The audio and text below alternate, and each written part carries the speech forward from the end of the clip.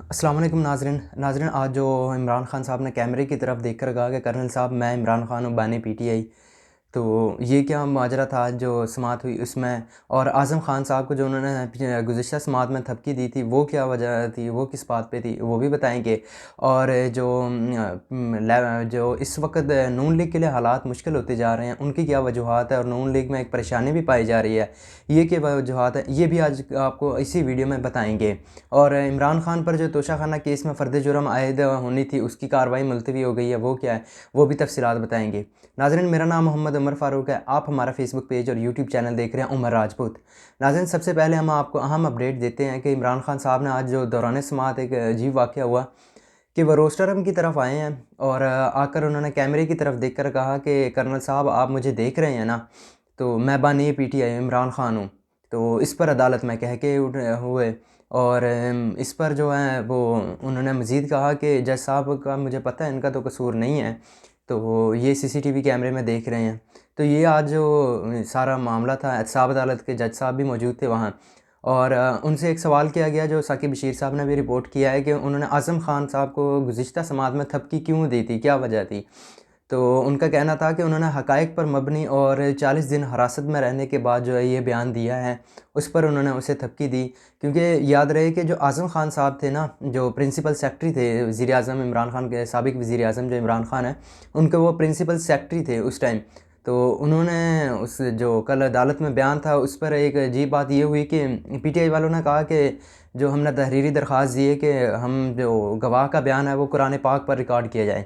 तो जो cipher case के जज थे अब ज़ुल्करनैन अबुल हसनात साहब, उन्होंने कहा कि आपको दरख्वास्त देने की ज़रूरत ही नहीं थी, हम तो मुसलमान हैं और हम ये ज़रूर करेंगे।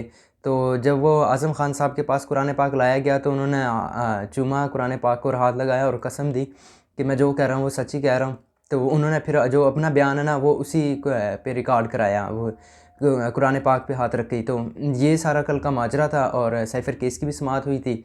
और इमरान ख़ान साहब ने जो है वो लतीफ़ खोसा साहब हैं उन पर ख़ासी बरहमी का इज़हार किया कि तैयारी करके नहीं आते हैं केस की। तो उन्होंने अपनी कानूनी टीम में भी तब्दीली कर दी है। बैरिस्टर अली ज़फ़र साहब हैं वो भी उनकी अब कानूनी जो तोशाखाना केस है उसमें वो उनके वकील होंगे। और जो चेयरमैन पीसीबी ज़का अशरफ साहब हैं, उन्होंने अभी इत्तलात आ रही हैं कि उन्होंने अपने ओहदे से रिज़ाइन कर दिया है और वो चेयरमैन पीसीबी अब नहीं रहे हैं, इस चीज़ से उन्होंने रिज़ाइन कर दिया है। और दूसरी जानिब जो नाज़रीन बैरिस्टर गौर साहब हैं वो भी कह रहे हैं कि हमारी मकबूलियत की वजह से हो सकता है कि इलेक्शन डिले हो जाएँ और मुलतवी कर दी जाएँ। खैर अभी कौमी सलामती कमेटी का इजलास था, उसका एलामिया भी जारी होना है, उसके एलामिया का भी इंतज़ार किया जा रहा है, बाकी भी अभी मामलात हैं। और नून लीग में परेशानी ये है कि उनके उम्मीदवार भी अभी तक पूरे नहीं हुए हैं। टोटल 859 हल्कों के जो मुकाबला थे टोटल असम्बलियों के, कौमी असम्बली और सूबाई असम्बली के उम्मीदवार थे उनमें ये पूरे ही नहीं हैं, और पीपी के पास भी अभी उम्मीदवार 859 के 59 पूरे नहीं हैं।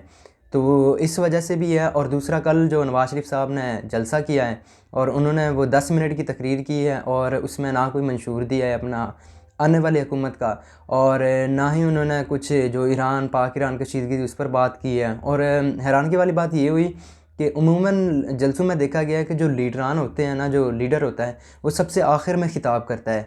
कल नवाज़ शरीफ साहब ने पहले ही आए हैं और पहले उन्होंने ख़िताब किया है ख़ुद, और बाद में मरीम नवाज़ साहिबा ने ख़िताब किया है। तो ये चीज़ हुई। आज ख्वाजा आसिफ़ साहब का भी बयान था कि उनका पीटीआई जो हलकों में है वो मज़बूत है और नून लीग हलकों में कमज़ोर है, लेकिन कोई नहीं, इसको मैनेज कर लेंगे। तो अब देखना है कि क्योंकि ग्राउंड रियलिटी तो है, टर्न आउट ज़्यादा हुआ तो नून लीग के लिए मुश्किलात होंगी, और इतने बड़े मार्जिन के साथ फिर अगर कोई जीत रहा होगा तो ये सारे मामला देखे जाएंगे अब। तो बज़ाहिर मामला जो है नून लीग के लिए भी परेशानी बनती जा रही है, मुश्किलात हो रही हैं।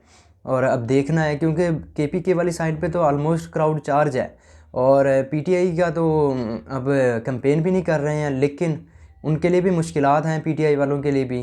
तो अब देखना है कि क्या बनता है। मज़ीद जो है अभी अब जो कौमी सलामती कमेटी का एलामिया आएगा उसके बाद ही होगा कन्फर्म।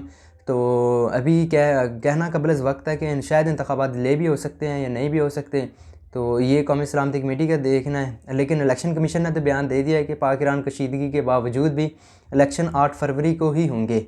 तो खैर देखना है। जो अभी एलामिया है उसके मुताबिक तो यही है कि शदीद जो 24 घंटे में जो जंग सीज़ फायर था उसके बाद अभी ये तय हुआ है कि दोनों ममालिक पर जो सिफारती ताल्लुकात बहाल किए जाएंगे, और पाकिस्तान ने जो सफ़ीर को बुलाने का फ़ैसला था वो वापस ले लिया है। उम्मीद करते हैं नाज़रीन आपको हमारी वीडियो अच्छी लगी हो तो वीडियो को लाइक कर दीजिएगा और चैनल को सब्सक्राइब कर दीजिएगा। अल्लाह हाफ़िज़।